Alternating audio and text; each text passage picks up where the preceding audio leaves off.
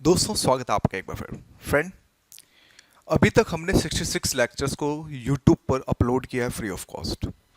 आप अगर मुखर्जी नगर के अंदर जाएं तो आपको ये देखने को मिलेगा कि इसी कोर्स को लेके 18,000, 20,000, 22,000 आपसे चार्ज भी किए जाते हैं। और एट द एंड आप खाली हाथ आते हैं कि यार फिर क्लासेस लेने के बाद फिर अगेन आपको किसी और कोचिंग के नोट्स पढ़ने पड़ते हैं।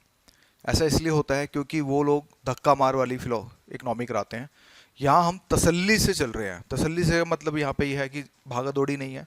आराम से यूट्यूब पे लेक्चर्स पढ़े रहेंगे। 3 से 4 साल के लिए वैलिड हैं, आराम से देख सकते हो। इवन मैंने ये भी बता रखा है कि कहाँ कहाँ पर चीज़ें अपडेट करनी है, उसके लिए गैप रखो और उन चीज़ों को समझो। शुरू की 8 वीडियो हमारी बेसिक्स थी, बिल्कुल बेसिक्स। उत्पादन क्या होता है, उत्पादन कारक क्या होते हैं, उपभोक्ता क्या होता है, इस तरह की चीज़ें थी। मांग और पूर्ति क्या होती है, संबंध क्या होते हैं, ये ताकि बेसिक्स चीज़ें, ताकि मैं जिन जिन वर्ड्स का मैं यूज़ कर रहा हूँ उनके बारे में आप लोगों को जो है पता चल सके। फिर इसके बाद हमने इकोनॉमी को धीरे धीरे स्टार्ट किया ताकि जो मेरे साथ बोलते हैं ना बीटेक स्टूडेंट्स हैं जिन्होंने इकोनॉमी कभी नहीं पढ़ी, मेडिकल स्टूडेंट्स जिन्होंने कभी इकोनॉमी नहीं पढ़ी, हिंदी के अंदर अगर बात हो रही है, यही सीरीज़ मेरी इन फ्यूचर में, यानी कि जब ये सीरीज़ कंप्लीट हो जाएगी तो इसके बाद फिर इंग्लिश में भी आएगी। लेकिन पहले मैं हिंदी वालों को इसलिए दे रहा हूँ कि क्योंकि हिंदी वालों के लिए कंटेंट अभी थोड़ा कम है। अगर हम चीज़ों को देखें, इवन यूट्यूब पे भी चले जाओ तो आपको ये दिखेगा कि हिंदी को छोड़ के इंग्लिश की तरफ थोड़ी ज़्यादा प्रायोरिटी है। जिस तरह से 2022 का रिजल्ट काफ़ी पॉजिटिव रहा है, हालांकि मैं इतना नहीं बोलूँगा कि बहुत ज़्यादा पॉजिटिव हो गया, मतलब 100% ड्रास्टिक चेंज हो गया, ऐसा भी नहीं है। बट हाँ, पॉजिटिव हमें जो है चीज़ें देखने को मिल रही है। धीरे धीरे हिंदी मीडियम का रिजल्ट अब धीरे धीरे अब आगे अपने कगार पे आने वाला है।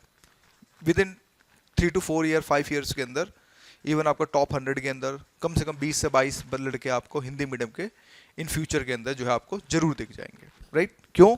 जिस तरह से हम लोग कर रहे हैं संघर्ष, सभी लोग उसी की जैसे यहाँ पे है। यानी कि स्टार्टिंग से लेके एंड तक मुद्रा में भी 4-5 टॉपिक हुए, आपको देखा, आपको लगा कि हाँ चीज़ें हुई हैं अच्छे से। अब मैं एक वीडियो में तो नहीं समझा सकता, मैं टाइम लेता हूँ, लेकिन हाँ ये मैं प्रॉमिस देता हूँ इसके बाद की जो सारी सीरीज आएगी वो बिल्कुल, अगर हम बात करें, उसको मर्ज करेंगे और आपको फास्ट फॉरवर्ड में देंगे ताकि आप एक लेक्चर के थ्रू सारी चीज़ें देख सकें। अब जो स्टार्ट होगा वो होगा इंडियन फाइनेंशियल सिस्टम। ये इंग्लिश में है, घबराइए नहीं, ऐसा कुछ नहीं है। कंटेंट हिंदी में ही रहेगा, ऐसा मत सोचना कि आपका जो है लाइक हिंदी में हो, मतलब इंग्लिश में कैसे आ गया, नहीं। इसी समझाने के लिए मैंने इस स्लॉट उठाया है। यानी कि आज से अब हमारा बैंकिंग स्टार्ट होगा। बैंकिंग, अगर 2022 के पेपर को देखो, 2 से 3 क्वेश्चन, फाइनेंशियल मार्केट को इंक्लूड करो तो 3 क्वेश्चन। तो ये एक ऐसा टॉपिक है जहां से आपको पीटी ओरिएंटेड और मेंस ओरिएंटेड बहुत कुछ देखने को मिलेगा। यहां से पीटी से भी क्वेश्चंस आएंगे और आपके कहीं ना कहीं, अगर मैं बात करूं तो आपके मेंस ओरिएंटेड भी जो है क्वेश्चंस आपको जो सबसे ज्यादा यहां पे जो है देखने को मिलेंगे, यहीं से घुमा फिरा के। लेकिन हाँ, in the contest of current affair, कि करंट अफेयर में क्या चल रहा है उसी के कंटेस्ट को उठा के। तो हम अब यहाँ क्या करेंगे, हम यहाँ पर पहले आपको पूरा स्टैटिक को अच्छे से कवर कराएंगे। क्योंकि देखिए, अगर मान लो अभी बच्चा देख रहा है 2023 में एग्जाम देना चाहता है, ये तो सीरीज अभी अगर मैं बात करूँ तो जून में, मतलब ये वीडियो तो मैं जून में ही कंप्लीट कर दूंगा।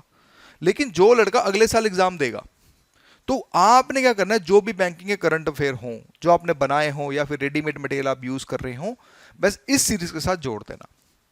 2024 वाले बच्चे अगर कर रहे हैं तो अगेन 2023 वाले का जो, मतलब जो 2000 जो आप 24 में देंगे तो आपको करंट अफेयर अपने हिसाब से ऐड करने होंगे। क्योंकि इतने सारे करंट अफेयर को ऐड करना ये भी एक चैलेंजेस है, तो इसके लिए आपको इकोनॉमी के करंट अफेयर साथ में रखने होंगे। तो अब हम कैसे चलेंगे, देखो, बैंकिंग इंडियन फाइनेंशियल सिस्टम में 2 पार्ट्स में डिवाइड होता है। अगर ये हटाओ, ये क्या लिखा है, मोटा मोटा ये समझो, एक वो जहां पर मैं आपको पूरी क्रक्स बता रहा हूं, क्रक्स ये है, एक तो वो जहां पर आरबीआई रेगुलेट करता है। आरबीआई कौन? जो बैंकों का बाप होता है, यानी कि रिजर्व बैंक ऑफ इंडिया। सबको पता है कौन होता है, क्या नहीं होता, सबका सबके ऊपर टॉप पे होता है। एक वो रेगुलेटर होता है जो पूरे के पूरे शेयर मार्केट को, फाइनेंशियल सिस्टम को अगर हम बात करें तो वो भी रेगुलेट करता है, उसका नाम होता है सेबी। तो बेसिकली मोटा मोटा ये है कि पहले हम आरबीआई के बारे में पढ़ेंगे, क्योंकि सेबी अलग पार्ट में आएगा। आरबीआई से फिर हम धीरे धीरे चलते हुए डायमेंशंस को खोलेंगे। पहले आरबीआई को एक से दो वीडियो में समझेंगे कि आरबीआई है क्या, क्योंकि क्वेश्चन जिस तरह से निकल रहे हैं 2021 और 22 के, बुक्स फेल हो गई हैं। इसका मतलब ये हुआ कि कहीं ना कहीं आपको इंटरनेट जो है सर्च आपको अच्छे से करना पड़ेगा। तो उसी कंटेंट को अच्छे से सर्च करके एक अच्छी सी पीपीटी बनाई है।